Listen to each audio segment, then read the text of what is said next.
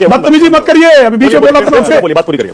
ये बदतमीजी कांग्रेस के डीएनए में प्रवेश कर गई है।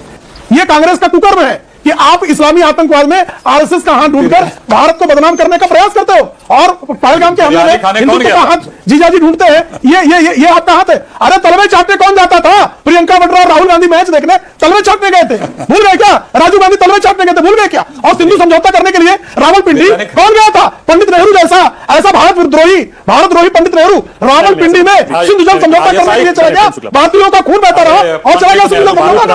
आपके अब्बा देखिए मानक जी, हमारा देश का नेतृत्व बहुत कमजोर हाथों में है, ये मानने में किसी को गुरेज नहीं होनी चाहिए।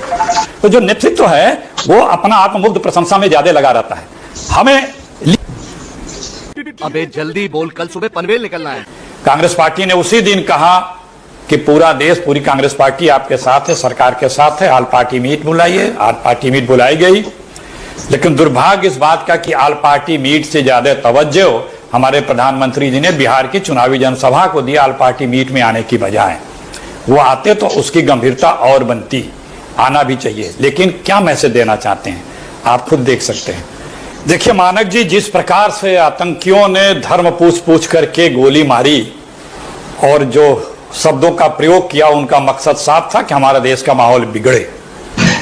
और उसके बाद हमारे रोटी सेकने वाली जो पार्टी है उसने भी जो हरकत की, लेकिन धन्य है हमारे भारत देश के लोग जो इन चालों को समझे और कहीं भी कोई माहौल नहीं बिगड़ पाया। देखिए मानक जी, हमारा देश का नेतृत्व बहुत कमजोर हाथों में है। चड्ढा समझाओ, इसे समझाओ। ये मानने में किसी को गुरेज नहीं होनी चाहिए। जब चीन के साथ बात आती है तो विदेश मंत्री कहते हैं कि चीन इतनी बड़ी इकोनॉमी, हम कैसे आपत्ति जताएं। जब टैरिफ लगता है तो मित्र वहीं बैठे रहते हैं ट्रंप के साथ, लेकिन अपनी आपत्ति तक दर्ज नहीं कराते हैं। जब हमारे भारतीयों को बेड़ियां लगा के पहुंचाई जाती हैं तो ये अभी तक नहीं कहते कि ये मत करो, ठीक से पहुंचाओ, हम खुद ला देंगे। तो जो नेतृत्व है वो अपना आत्ममुग्ध प्रशंसा में ज्यादा लगा रहता है। हमें लीडर चाहिए देश को, डीलर नहीं चाहिए। लेकिन हम सब लोग आज साथ हैं, पूरी ताकत दे रहे हैं अपने इस नेतृत्व को कि तुम ताकत में आओ। ओके, भारत कमजोर राष्ट्र नहीं है, प्रेम शुक्ला, भारत कमजोर राष्ट्र नहीं है। आप इनको सबक ठीक से सिखाओ। रुको जरा, सबर करो। प्रेम शुक्ला आपकी बारी है, बोलिए। प्रेम शुक्ला आप रूलिंग पार्टी के स्पोक्समैन हैं, जाहिर है आपकी भी कुछ मजबूरियां, कुछ जंजीरें होती हैं, और खासतौर से ऐसे समय में जब देश इतने मुश्किल हालात में है। क्योंकि सर आप इस समय जो भी कहेंगे उसे रूलिंग पार्टी के प्रवक्ता के तौर पर ज्यादा गंभीरता से लिया जाएगा। मैं ज्यादा डिटेल में नहीं पूछना चाहता, मुझे पता है आप बोलेंगे भी नहीं। मैं सिर्फ इतना जानना चाहता हूं, क्या रूलिंग पार्टी बीजेपी में अब ये मूड बन गया है प्रेम शुक्ला, और जनता के मूड को भांपते हुए कि इस बार छोटी मोटी स्ट्राइक से काम नहीं चलेगा? क्या फुल फ्लेजेड वॉर के लिए, आमने सामने की जंग के लिए देश तैयार है प्रेम शुक्ला आपके हिसाब से?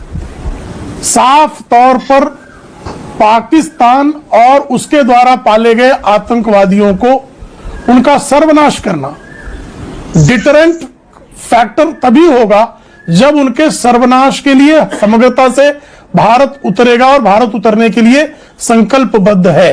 अब कहां मारेंगे, कैसे मारेंगे, किस तरह मारेंगे, कौन उतरेगा मारने के लिए, यह सब हम जो है सुरक्षा बलों के विवेक पर छोड़ देते हैं। आदरणीय प्रधानमंत्री जी और हमारा जो नेतृत्व है उसके विवेक पर छोड़ देते हैं। लेकिन इतना निश्चित है कि आदरणीय प्रधानमंत्री जी ने, इस देश ने यह सुनिश्चित कर लिया है कि जिन लोगों ने बारंबार भारत भूमि पर भारत के निर्दोष नागरिकों का रक्तपात किया है, उनके खिलाफ निर्णायक कार्रवाई करनी है।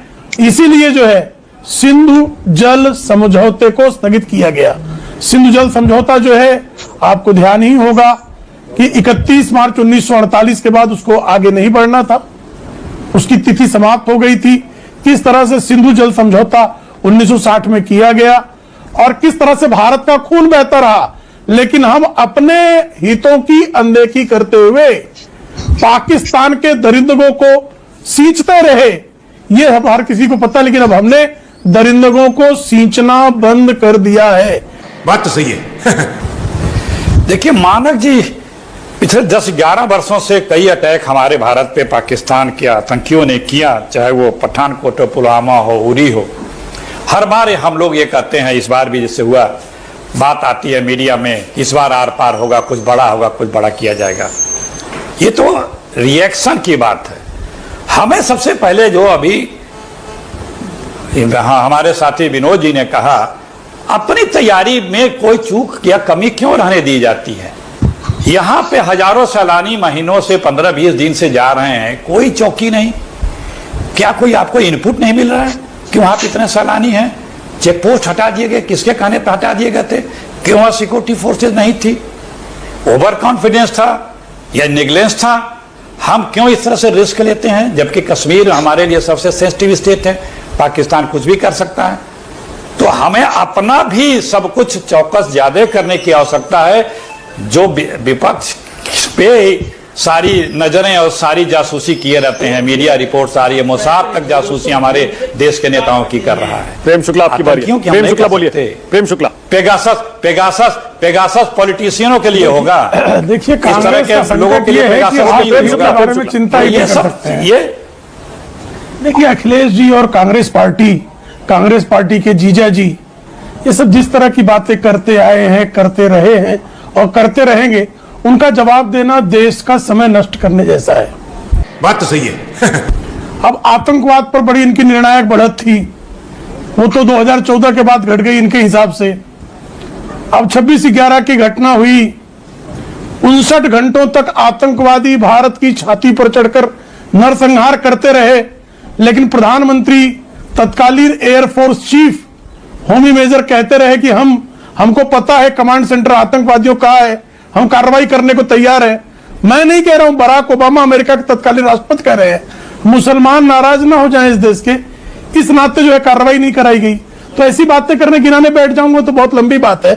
26/11 के पहले भारत की संसद में खड़े होकर तत्कालीन रक्षा मंत्री ए.के. एंटनी ने कहा था कि सागर मार्ग से आतंकी हमले की इनपुट है।